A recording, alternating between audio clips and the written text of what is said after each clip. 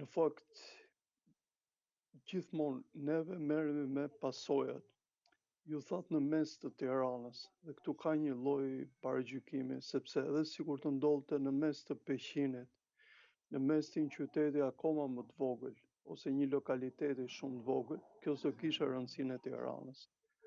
Në fakt, po e përsëris, ne merremi me pasojat.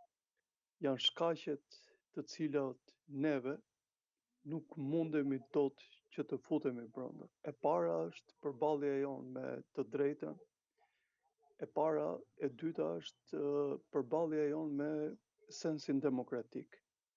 Po ta keni parë me kujdes, në qoftë se ne do merreshim si duhet me ligjet tona, që do të thotë në qoftë se parlamenti jonë, sepse parlamenti jonë është institucioni suprem, është pushteti suprem, ai është pushteti më i madh.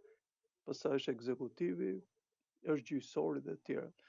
Në qoftë se do i paraprinte me ligje të mira, në qoftë se në momentet që në fillim të viteve 90 do kishin zgjedhur në pjesën ligjore mbarvajtjen e pronës, jo që nuk do kishte probleme në Shqipëri, por problemet do të ishin shumë më të vogla se sa ato janë në këtë moment.